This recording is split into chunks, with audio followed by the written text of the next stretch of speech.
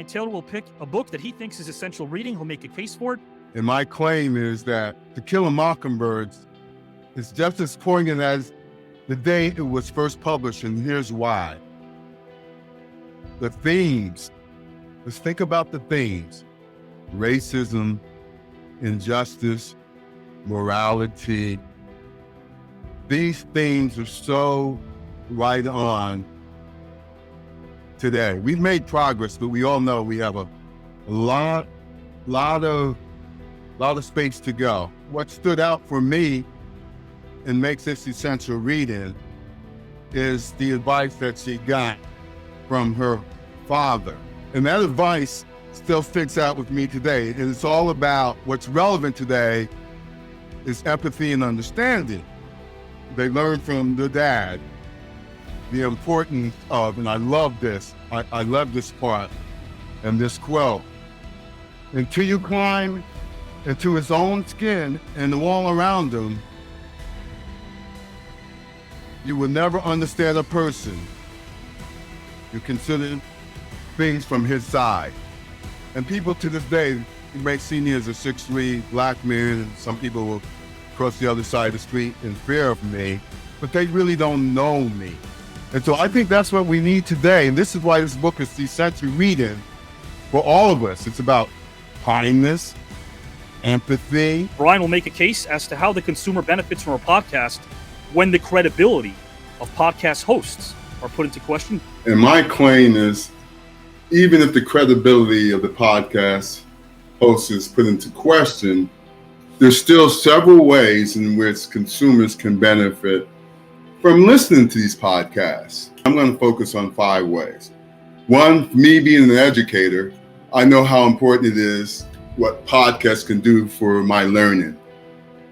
They're a great source of information on a wide range of topics. Many podcasts feature experts in their respective fields who share those insights and expertise with all the listeners.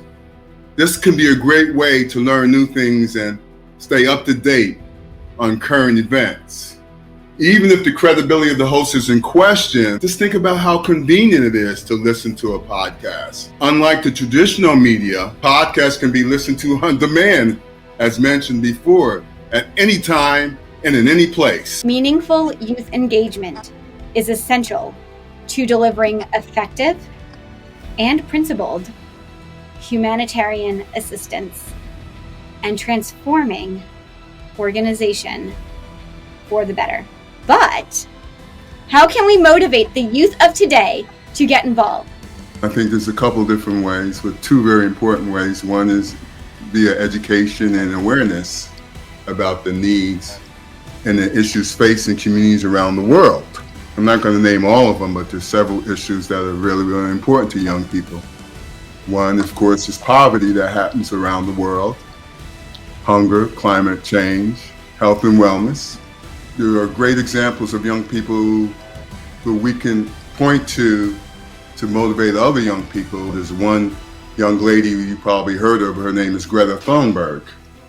Greta is a Swedish environmental activist who's gained international recognition to raise awareness about climate change, which is another one of the 17 SDGs that are important for young people to be involved in. So that's a great example of a young individual who's making change, and with her concept of improving the world through making people aware of climate change. Another really interesting individual is a Canadian activist, young man by the name of Craig Kohlberger, is a co-founder of Free the Children, an organization that empowers young people to take action on global issues. He's inspired youth to get involved in the social change, and his organization helps do this. It's the Black and brown kids that I do work with. Yep. I bring them to top universities in the United States in order to expose them to become leaders. But can they in order for them to do that, ask me that. Can they get in that? They have to be exposed. But can they get in that university? Pardon me? Can they get in that university? Can they get there? The whole point of introducing them to it young will make them inspired to be there, and they will get there just like I got there. You know, I'm a poor kid, grew up in the projects. I got exposed At 15, during the summertime, it changed my life. I had a chance to go to Princeton University because of that. So with that, let me introduce a man that is the absolute heart of a lion, as I welcome a down-to-earth, impactful human being. Last name Taylor.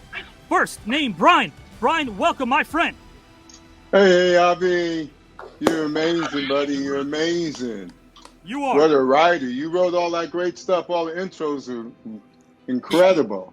I appreciate I that, just man. want to let you know Yeah. that I'm going to Greece on you guys. I love that. Thank you for this opportunity to compete in this great tournament.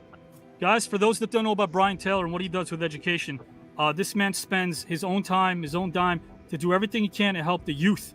He does it every day. An educator when the camera's on or off, and I appreciate you for being that way, Mr. Brian Taylor. Well, thank you, Avi. I appreciate all the kind words you've not only said to me, but to all the great participants. And it's amazing that you have some great wrestlers involved, but I like my ball players, right, Rick? I like the NBA guys, all right?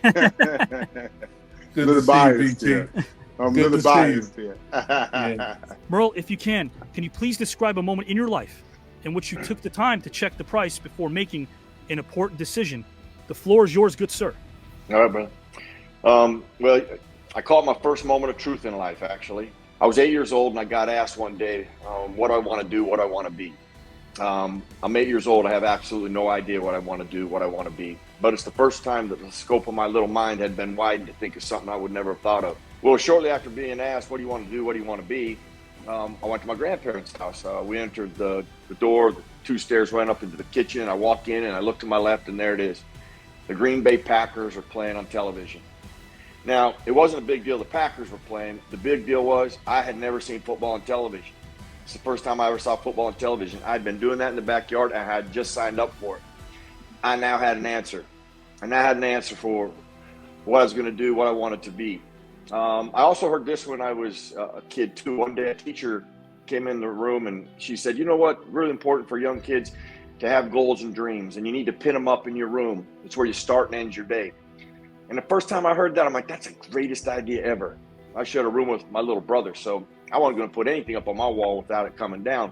A few years after that, we're at dinner one night, and my dad announces that this concrete basement that we use as our playground in the wintertime was going to be converted into a couple bedrooms and a family room and an office space. And the big deal was one of those bedrooms was going to be mine. So as soon as he told me that, I asked him if he could make me a wall of cork. He asked why. I explained. He said, I can't promise you anything, but we'll see what we can do. So I have some time on my hands. I write down all my goals. I have junior high, high school, college to attend. But at the very top of that wall is going to sit, I'm going to play in the National Football League. I start thinking, well, how can I emphasize it? I start thinking about my favorite players, Walter Payton. I'm like, man, I'm going to put a picture of him up. My favorite team was the Pittsburgh Steelers. I put a picture of them up. The wall that I had envisioned was going to be a wall of cork. When I walked in, was nothing but white sheetrock. And a moment of disappointment, I looked to my right, and it's bumped up against a wood chair rail. And above that sits 3 panels of cork. So I jumped up on my bed. I pinned all those goals up. Every time somebody asked me what I was going to do, what I wanted to be after that, I'd tell them I'm playing in the National Football League. And one of 4 things was always said to me right after I said that. Oh, my gosh, you know how hard that is. The odds. Actually, 0.016% of eligible players are drafted in the National Football League, and only 30% of those make it. I looked up at that goal, and these words would be born, find a way. And they inspired many things on that day, but they inspired me to do the one thing that every human being can do and should do regardless of your circumstance. And that is take action. Do something about your circumstance. I didn't know what exactly the price I was going to have to pay, but I was going to pay it. And I paid it. And I was fortunate enough to play in the National Football League for nearly a decade. And it sent me on so many other journeys. Mr. Merril Hoge, if you could switch and trade places with a historical figure for a week, who would you select and why, good sir? General Patton actually is a guy that I've always been fascinated by because a couple of things. First of all, the leader that he was, he wasn't a general that sat and barked out orders and sent people out. He was out on the front line leading people. There was a point in World War II where our air cover was pinned down. We were done. And once our air cover was pinned down, we were absolutely done.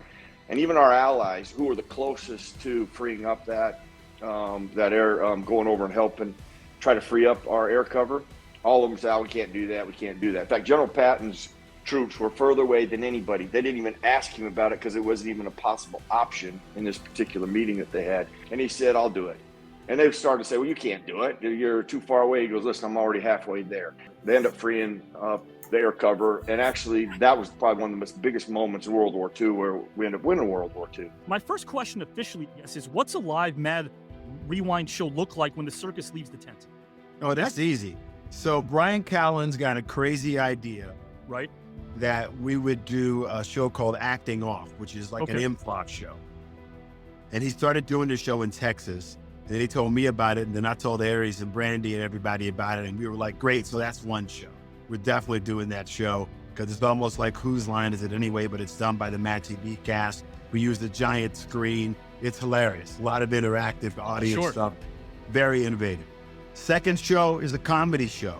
Out of all of the people who are on MADtv, only about 4 of us are stand-up comedians. Aries, Brian Callen, brother Bobby Lee, and myself, right? And Artie Lang, of course. And none of the others of us are stand-up comedians, but they are improv performers.